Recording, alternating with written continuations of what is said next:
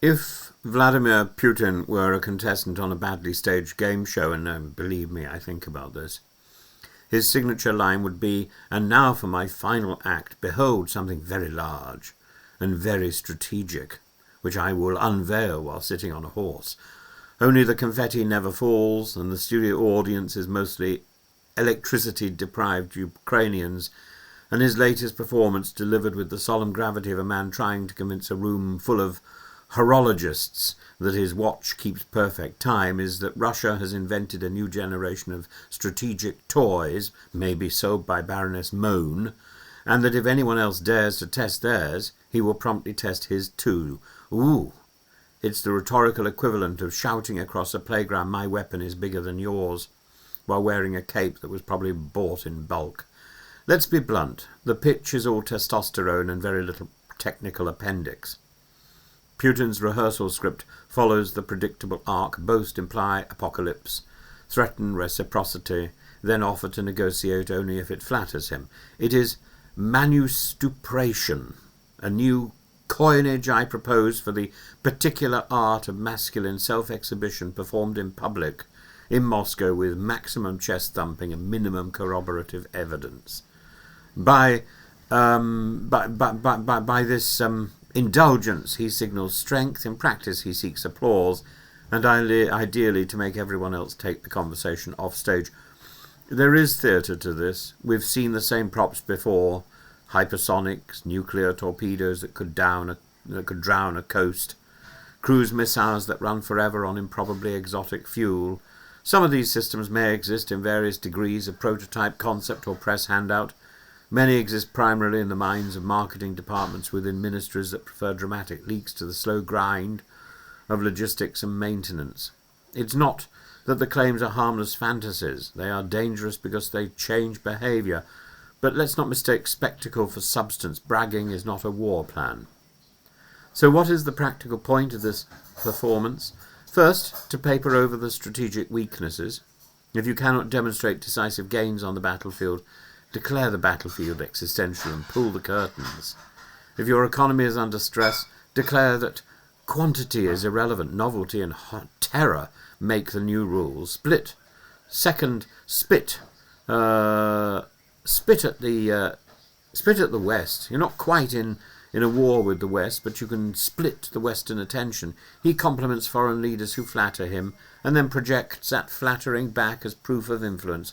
In effect, see, even they take me seriously, therefore you should too. The irony is delicious. A man who cannot sustain victory seeks to sustain influence by dangling the apocalypse as punishment for disbelief, by dangling his hypothetical nuclear weapons, his new nuclear weapon. Look how impressive this one is.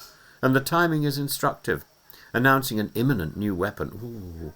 While power stations in Ukraine are still smoking from recent strikes, is not an accidental juxtaposition. It's a theme and variations on intimidation, big guns and darkened cities, a 1-2 of spectacle and suffering. The message is crude and clear. We can shout about bombs, and we can also turn off the lights. Both are meant to make negotiation look like compliance. But we must not be mesmerized. The real danger of this pantomime is not the boast itself, but the logical reflex it aims to provoke. If one side signals willingness to test, others may feel compelled to respond, and the taboo that's held since the end of the Cold War could fracture.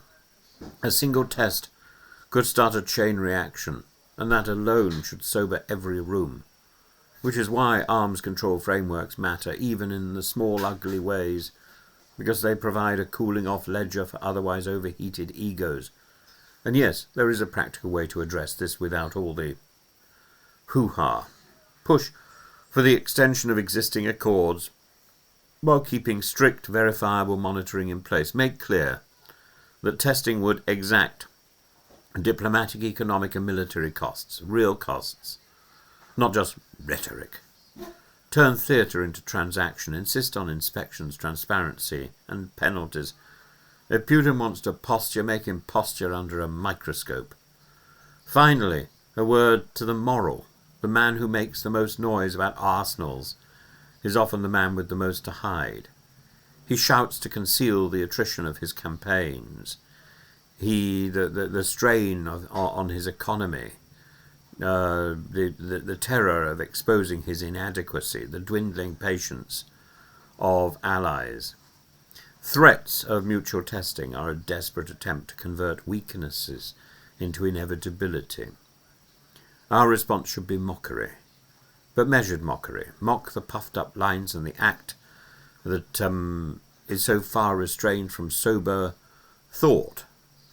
The costly work of keeping the lights on, strengthening alliances and preserving the frayed threads of restraint. Putin must brandish a symbol of power. Let it be very small, a very private thing. Put it back in his trousers. Let him pretend he never waved it about and attend to the real work of prevention. We don't need theatrical tit for tat. We don't need some inadequate man boasting about his bits. We need clear-eyed policy, sturdy deterrence, and the restoration of the habits of verification that make a test unthinkable. In the meantime, let the circuit have its trumpets. Let the world answer with a yawn, a dossier, and a conference table.